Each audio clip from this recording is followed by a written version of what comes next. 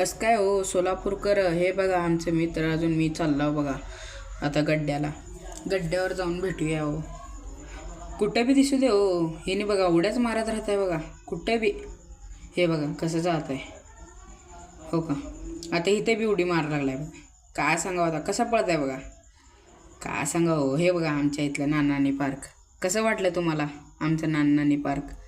हे बघा हो त्यानेची बिल्डिंग कसं आहे की हो का.